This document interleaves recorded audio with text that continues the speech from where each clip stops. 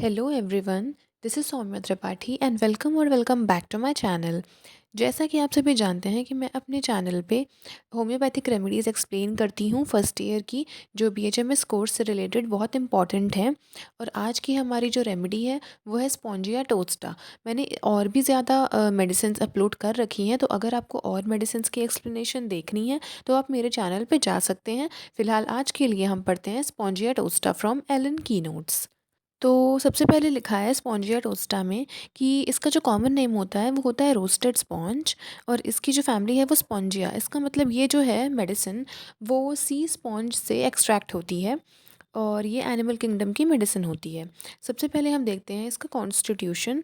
For the tubercular डायथीसिस, मतलब कि वो पर्सन्स जिनमें कैपेबिलिटी या जो थोड़ा सा डायथीसिस का मतलब होता है कि वो प्रोन होते हैं ट्यूबरक्लोसिस से। तो मतलब जिन लोगों को ट्यूबरक्लोसिस प्रोन होते हैं और वो उनको ट्यूबरक्लोसिस बार बार हो सकता है, उन पेशेंट्स को ये मेडिसिन दी जाती है।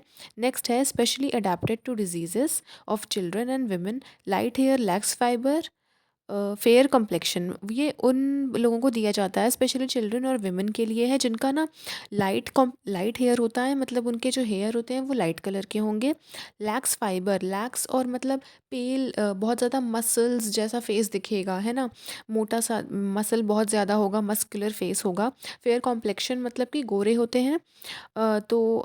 इसके बाद हम देखते हैं इसका फिजिकल जनरल्स। फिजिकल जनरल में लिखा है वर्स्ट आफ्टर स्लीप और स्लीप्स इनटू एग्रीवेशन, मतलब कि क्या होगा कि जैसे ही वो बंदा सोने लगेगा या डीप स्लीप में चला जाएगा तब उसको एग्रीवेशन होगा। उनकी जो कंप्लेंट्स हैं वो बहुत ज़्यादा एग्रीवेट करने लगेंगी। वर्स आफ्टर स्लीप, आफ्टर मतलब सोने के बाद भी, और जब गहरी नींद में जा रहा है तब भी एग्रीवेशन होगा। नेक्स्ट पॉइंट है swelling and induration of glands goitre. जो भी ग्लैंड्स होती हैं उनका थिकनिंग हो जाएगा, ग्लैंडुलर टिश्यू में थिकनिंग हो जाएगा, उसी को हम कहते हैं इंड्यूरेशन, और स्वेलिंग हो जाएगी ग्लैंड्स में। नेक्स्ट हम आते हैं उसके थ्रॉट पे। सोर throat aggravated after eating sweets, ये इसका पिक्यूलियर पॉइंट है कि जो थ्रॉट होगा वो सोर होगा, बहुत ज़्यादा पेन करेगा और ड्राइनेस होगी उसमें। और कुछ कुछ भी मीठा खाने के बाद, मतलब कोई भी स्वीट ऐसी चीज़ खाने के बाद उन्हें एग्रीवेशन होगा, पेशेंट्स को थ्रॉट में दिक्कत करेगा। नेक्स्ट हम आते हैं इसके मेल रिप्रोडक्टिव सिस्टम पे। Spermatic cord swollen, painful, testicles swollen, bruised. जो स्पर्मेटिक कॉर्ड होता है मेल्स में वो स्वॉलन कर जाएगा, वो स्वेल हो जाएगा, पेनफुल होगा, दर्द करेगा। टेस्टाइकल्स जो होती हैं वो भी स्वॉलन करेंगी, और ब्रूइज्ड मतलब कि थोड़ा सा नीला पड़ना और दर्द करना, ब्रूइज्ड जैसी फीलिंग हो जाएगी। स्क्वीज्ड आफ्टर सप्रेस्ड गोनोरिया और मैल ट्रीटेड ऑर्काइटिस, ये स्क्वीज्ड हो जाएगा। और मतलब ये अगर गोनोरिया या ऑर्काइटिस ट्रीटेड नहीं है, उनको सप्रेस करके छोड़ दिया गया है, तो ये सारी प्रॉब्लम्स मेल में हमें देखने को मिलेंगी। नेक्स्ट हम देखते हैं इसका रेस्पिरेटरी सिस्टम, ये बहुत इंपॉर्टेंट है। Awakens in a fright and feels as if suffocating, as if he had to breathe through a sponge. मतलब रात में क्या होगा, एकदम से जल्दी जल्दी में या डर में उठ जाएगा, and feels as if suffocation, और ऐसा ऐसा फील होगा, सांस नहीं आएगी और सफोकेशन जैसा फील होगा।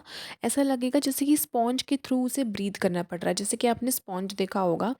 तो उसके थ्रू ऐसा लगेगा कि उसके थ्रू ब्रीथ करने का मतलब ये है कि अच्छे से ब्रीथ नहीं आ रही है, सफोकेशन हो रहा है, ठीक है। नेक्स्ट है एवरी मेंटल एक्साइटमेंट एग्रीवेट्स और इंक्रीजेस द कफ। अगर कोई भी किसी भी टाइप की मेंटल एक्साइटमेंट है, एंगर है या खुशी है, दुख है, कुछ भी है, तो अगर किसी भी टाइप की मेंटल एक्साइटमेंट है तो वो कफ को एग्रीवेट करेगी या इंक्रीज कर देगी।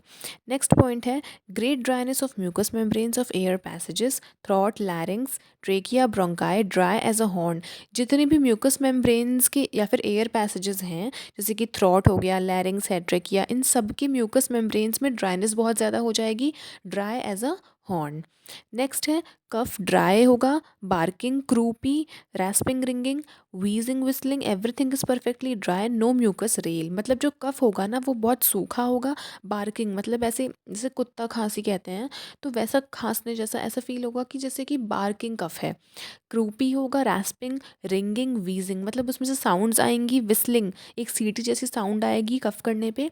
एवरीथिंग इज़ परफेक्टली ड्राई, सब कुछ बहुत ड्राई होगा और म्यूकस कहीं पे भी नहीं होगा। नेक्स्ट है cough is dry sibilant like a saw driving through a pine board. Cough इतना ड्राई और सिबिलेंट होगा, ऐसा लगेगा जैसे कि हम पाइन बोर्ड पे कुल्हाड़ी चलाते हैं तो वो जो वुड होता है बहुत ज़्यादा ड्राई होता है, तो ऐसा लगेगा।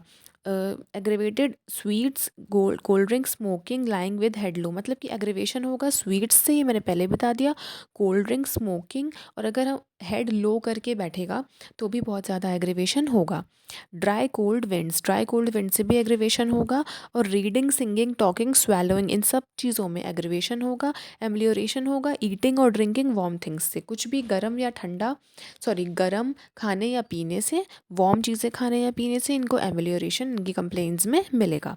नेक्स्ट हम देखते हैं croup. Croup anxious, wheezing, aggravates during inspiration, aggravates before midnight, मतलब जो क्रूप होगा वो बहुत ज़्यादा एंग्शियस और वीजिंग होगा, उसमें से वीजिंग साउंड आएगी। एग्रीवेशन हो जाएगा, इंस्पिरेशन कुछ भी अगर वो इंस्पायर करेगा, ब्रीदिंग के समय इंस्पिरेशन जब करेगा तभी क्रूप की कंडीशन हो जाएगी और एग्रीवेशन होगा। बाकी मिडनाइट, मिडनाइट के पहले क्या होगा, जो भी कंप्लेंट्स हैं वो एग्रीवेट करेंगी। नेक्स्ट हम आ जाते हैं कार्डियोवास्कुलर सिस्टम पे। Palpitation violent with pain and gasping respiration, palpitation होगा, हार्ट बीट फास्ट हो जाएगी, बहुत वॉयलेंट होगा और उसमें पेन करेगा, विद गैस्पिंग रेस्पिरेशन, और रेस्पिरेशन जो होगी वो भी गैस्पिंग टाइप की स्टार्ट हो जाएगी। Awakened suddenly after midnight with suffocation and great anxiety, palpitation की वजह से क्या होगा, रात में नींद खुल जाएगी एकदम से, और सफोकेशन और ग्रेट एंग्जाइटी की फीलिंग होगी रात में, बहुत सफोकेशन होगा क्योंकि ऑब्वियसली सांस नहीं आ रही होगी सही से, और एंग्जाइटी भी होगा।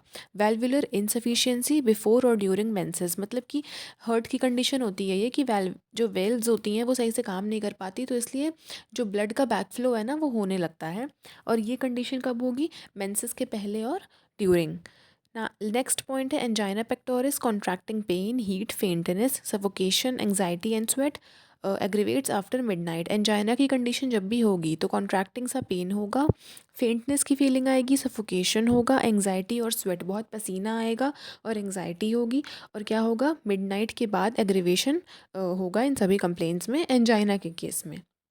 नेक्स्ट हम देखते हैं neck. Thyroid gland swollen even with chin with suffocative paroxysms at night, goitre, क्या होगा, नेक में थायराइड ग्लैंड जो है वो स्वॉलन कर जाएगा, फूल जाएगा, चिन के साथ, चिन भी फूल जाएगी, with suffocative paroxysms at night, और रात में सफोकेटिव पैरोक्सिज्म्स आएंगे और गोइटर की कंडीशन भी हो सकती है। लास्ट जो इसका पॉइंट है वो है रिलेशंस, वो देख लेते हैं।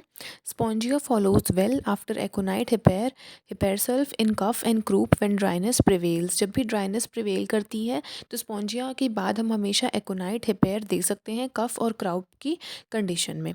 After spongia hepar when mucus commences to rattle, after spongia और हिपेर के सेल्फ के बाद भी हम ये दे सकते हैं कब, जब म्यूकस जो है बहुत ज़्यादा कमेंस करे।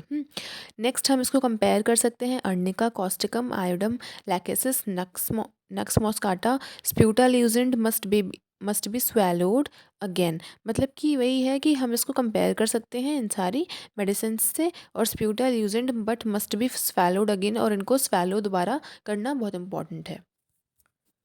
सो गाइस, बहुत ही इजी और छोटी मेडिसिन है ये, मैंने आपको एलन की हर एक लाइन बताने की कोशिश करी है। I hope you like this video. अगर आपको ऐसे और वीडियोस चाहिए या कोई सजेशंस आप देना चाहते हैं तो प्लीज़ कमेंट सेक्शन यूज़ करें, और अगर आपको मेरा वीडियो पसंद आया हो तो प्लीज़ चैनल को सब्सक्राइब करें। अभी के लिए thank you for watching, have a great day, keep learning, bye bye.